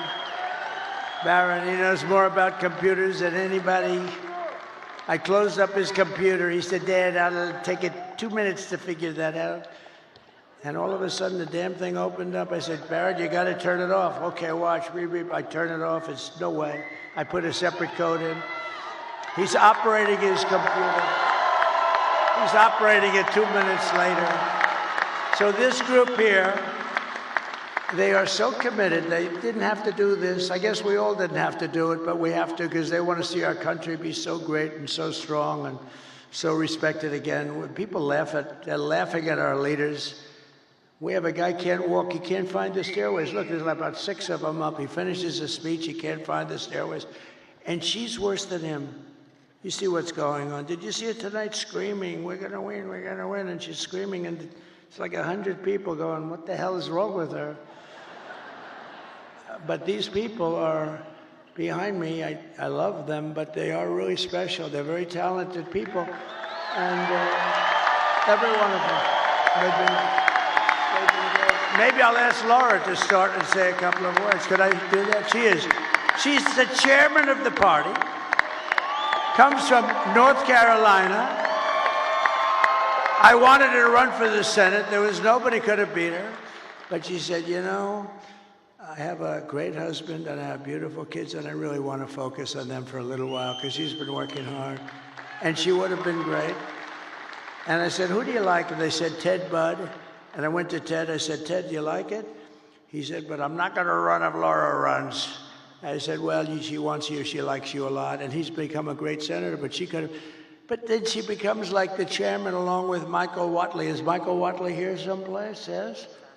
And I wanted, the mayor of Hamtramck is here. Come here. I didn't see, I see you. This is, you got to come up here, please. This guy has been with us almost from the beginning.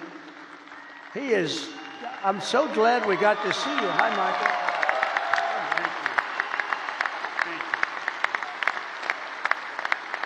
Come here. He has been an unbelievable unifier. This is one of the greatest men in your state, and I want to just thank you. Come here, say a couple of words. Thank you so much. Well, good morning. It's another day. I spoke earlier before you came, and I told the crowd that tomorrow, or today actually, is going to be a historic day, and we shall celebrate a historic victory today.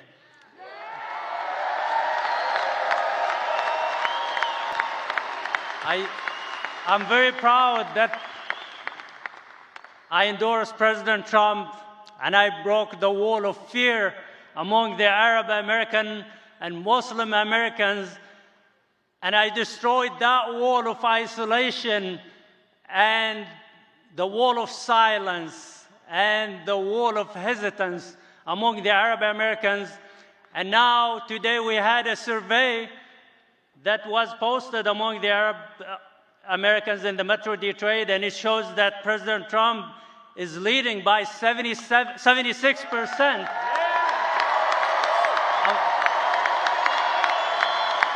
And Harris earlier had 3%, and the rest was for others. So we are in a mission to end that disconnect between the minorities and the Republican Party and to make it the party of inclusion. And we are in a mission, which is the priority for us today, to send President Trump back to the White House. So like I said earlier, he has done everything possible to gain your support. He told me last Friday that it was 62 days of hard work with no break and no rest, and today it's 65 days with no rest. So he has used everything possible to gain your support. Hard work, seriousness, comedy, sarcasm, everything. So how is he a threat to our democracy, as the fake news keeps saying, and the other party? So I ask you and I urge you to go out and vote tomorrow.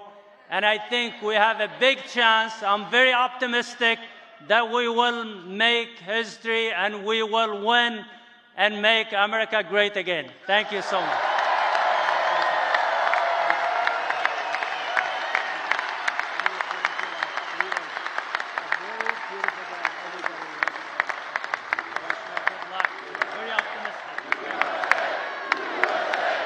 Great guy. He's a great man, and I'll tell you, you have hundreds of thousands of people that follow, and that could be a very big difference. The Democrats are not happy about this. This was supposed to be their vote, and they're not at all happy. But really a great young guy. He's a young guy, and wow, what a leader. So thank you very much. If we win this state, you're going to be very responsible for it, too, and I think we will. And tonight I did a thing a couple of weeks ago with a very smart guy and very special talent. He's got the #1 podcast, they say, by like 4 times. Joe Rogan. And a lot of people thought they loved that. It was 3 hours. Oh, it was so terrible because I did it. And I said, Joe, I got a rally of this size waiting for me in a very far away place. I'm going to be very late, like 2.5 hours late. But we kept talking. It went 3 hours and 15 minutes or something. Then when I got up there, it was cold, a little bitter, and everybody waited. Nobody left. And I explained to him, look, Joe is the #1 guy. He kept me late. But I'm doing it because we have to win. And not one person was unhappy. We had a great time. And I said, we're going to devote a lot more time. It was pretty late at night. It was worse than this, okay? I can tell you. But Joe Rogan just announced, and he doesn't do this at all. I don't think he's ever done it. But he just announced that he's giving me his complete and total endorsement. Could you imagine that?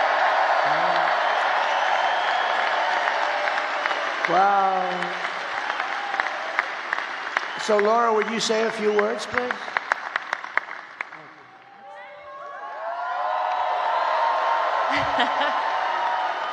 Are we ready to turn Michigan red today? Today is the day that we send a loud and clear message to the mainstream media, to the establishment, to Hollywood, to the swamp, that it is not them. It is we, the people, who get to choose our president. And we're choosing Donald J. Trump. I just want to say thank you. This is a very special night for our family.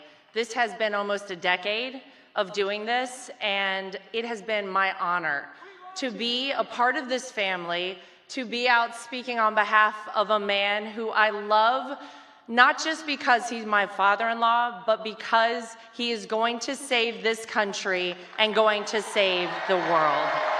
Thank you, guys. God bless you. Get everybody out to vote. Thank you, Michigan.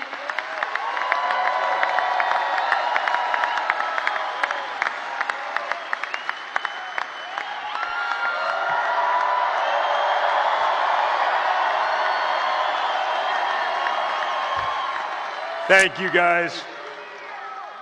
Today, when you wake up with not very much sleep, you gotta get to the polls. You gotta bring your friends and your families and your loved ones, and we have to make it too big to rig.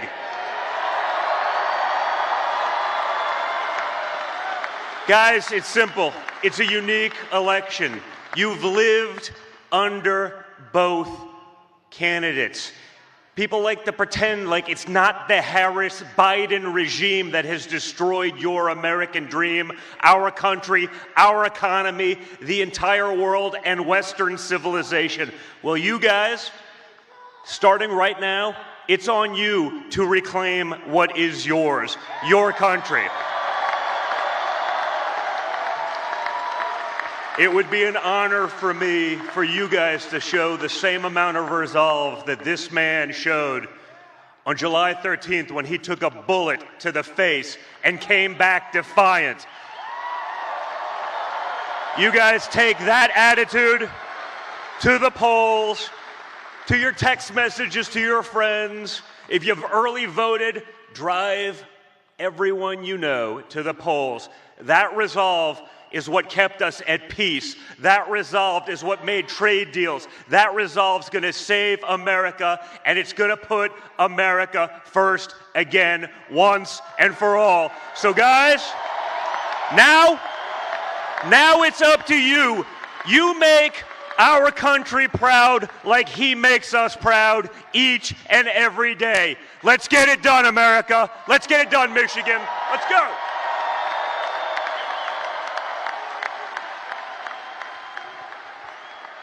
Well, good morning, Michigan.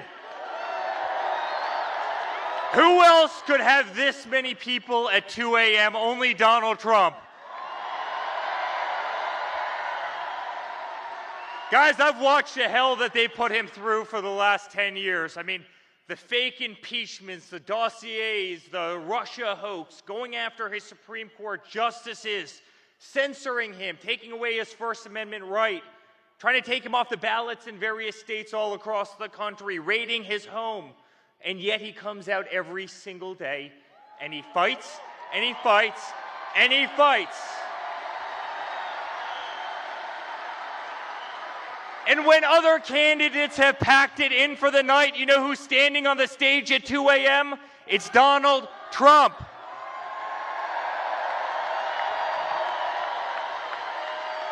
America, it's time for us to pick our fighter, and it's that man right there.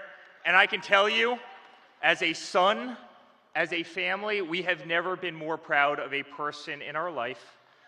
I have never been more proud to stand on a stage with somebody in my life. He's the most remarkable man I know, and I promise you I will be on the stage till the end of earth with you because I truly believe in you. And I believe what you're doing for this country and what you're doing for our children, and you are going to save democracy in the United States, and you're going to keep peace in the world, and I love you, and we're proud of you, and let's make America great again. Thank you, Michigan.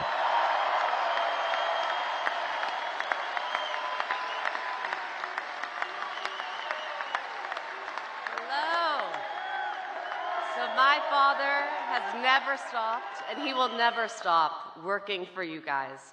So let's get out there. Let's vote for prosperity. Let's vote for the future that we want to have for our children and for our future generations. Thank you.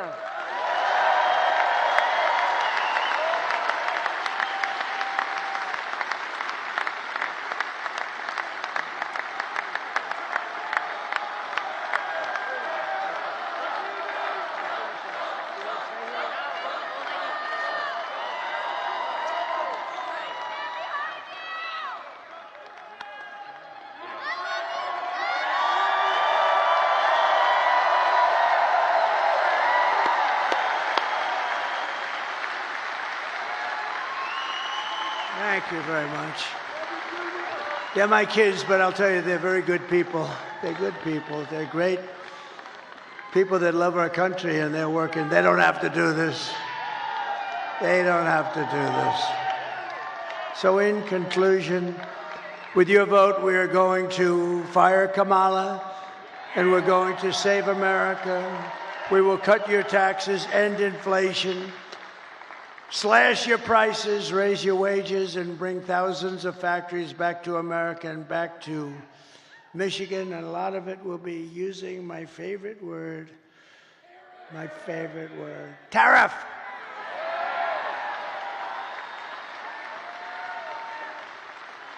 And one of the things I'm going to do, I'll give you this as a little insight. I just announced it in Pittsburgh. I didn't think it's become a very big story already. So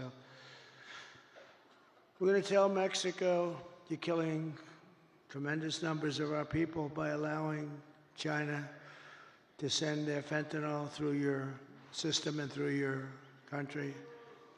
And we're going to give them a little period of time. But we don't want drugs coming across our border or any border. And whether it's Mexico or Canada or wherever, because they're starting now in Canada, they're starting to go up north. But whether it's Mexico or Canada, we're going to explain to them quickly that if you allow fentanyl and these drugs to come through your country, we're going to charge you large-scale tariffs on everything you send into the United States.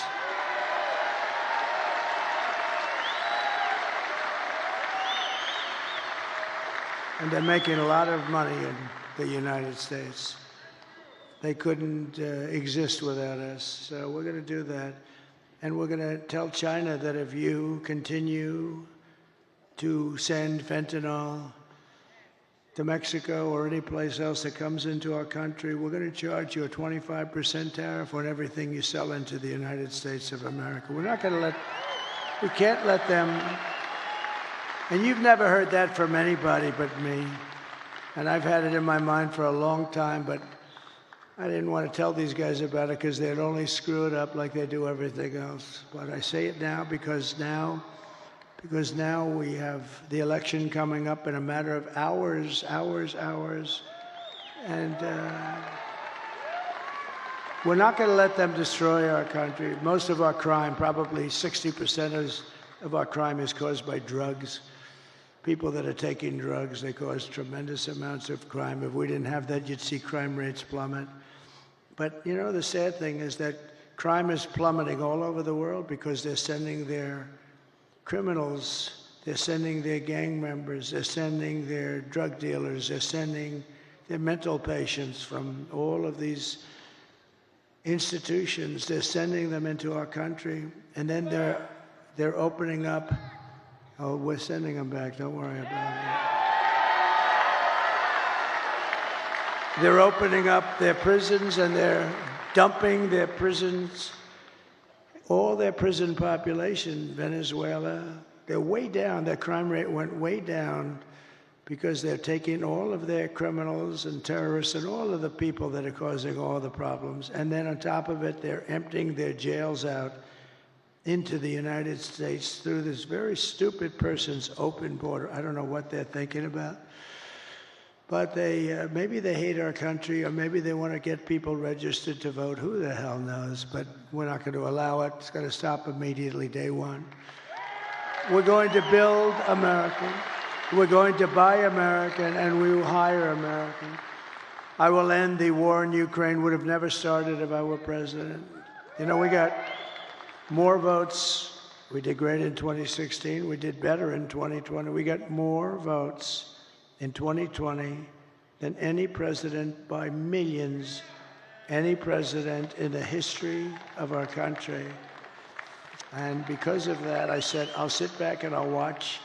And if they do a bad job, I didn't need this every time, but if they do a bad job, I'm going to run because of how well we did. And if they do a good job, I would actually prefer that they did a great job. If they did a great job, I would say that's a great thing. But, I mean, he's the worst president in the history of our country. She's the worst vice president, and she got no votes. You know, they like to say to me, That's not the democratic way to go. You know, it's just a terrible thing. It's just a terrible thing. That's what's going on in this country. But so I sat back and I watched and I saw all the horrible things that were happening, and you know what they are.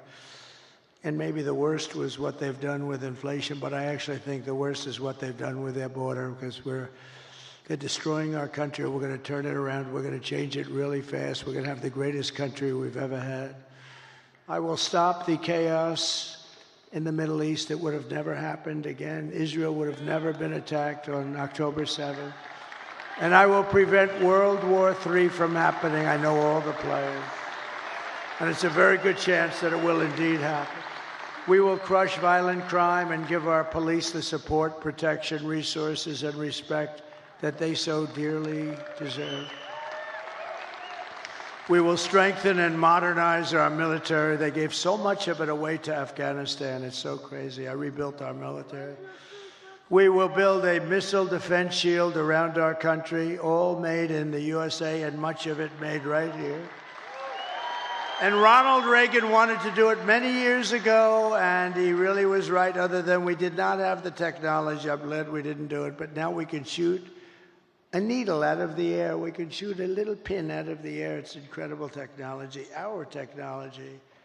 We will rebuild our cities, including our capital in Washington, D.C., which is in terrible shape, with graffitis on the beautiful, incredible marble columns, and painting the lions and burning the American flag. What they did a month ago was terrible. But we're going to make our cities safe and clean and beautiful again. We'll work with Democrat governors and mayors. We'll probably have to, and that's okay. We will teach our children to love our country, to honor our history, and to always respect our great American flag. We will get critical race theory and transgender insanity the hell out of our schools. And we will keep men out of women's sports. I will defend religious liberty, I will restore free speech, and I will defend the right to keep and bear arms, our Second Amendment. And after years of building up foreign nations, defending foreign borders, and protecting foreign lands, we will finally be going to build up our borders, build up our country, and build up and protect our citizens. It's time. It's called America First. We're going to put America first. We put America last. They put America last. We put America first. And it doesn't mean we're into isolation. We're not. We're going to help the world, but we have to straighten ourselves out or we won't be able to help anything. And we will stop illegal immigration once and for all. We will not be invaded. We will not be occupied. We will not be overrun. We will not be conquered. We will be a free and proud nation once again, and that will take place rapidly. Everyone will prosper. Every family will thrive.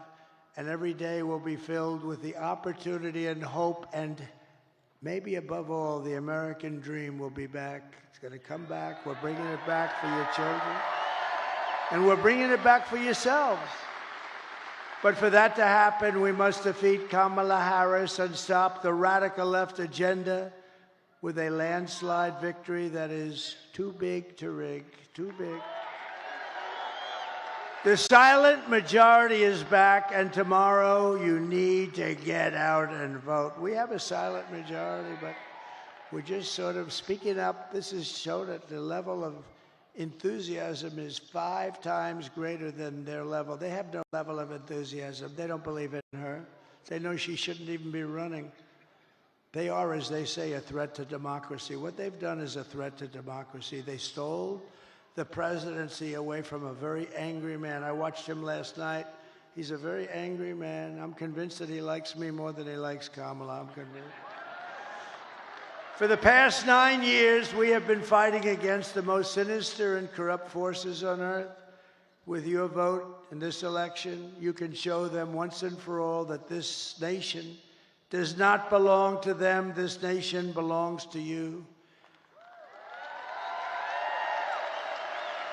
It was the hardworking patriots like you who built this country. And tomorrow, it is the hardworking patriots, meaning today, like you, who are going to save our country. After all we've been through, and we've been through a lot together. We've gone through these rallies. Almost everybody is here. I have people that have been to more than 300 rallies. They're here tonight. They were at the one this morning, the one tonight. They actually missed 2 of them. I can't even believe it. But these are incredible people and incredible patriots. But we stand on the verge of the 4 greatest years in American history. With your help, we will restore America's promise, and we will take back the nation that we love. We love this nation. We are one people, one family, and one glorious nation under God. We will never give in. We will never give up. We will never back down, and we will never, ever surrender. Together, we will fight, fight, fight, and we will win, win, win.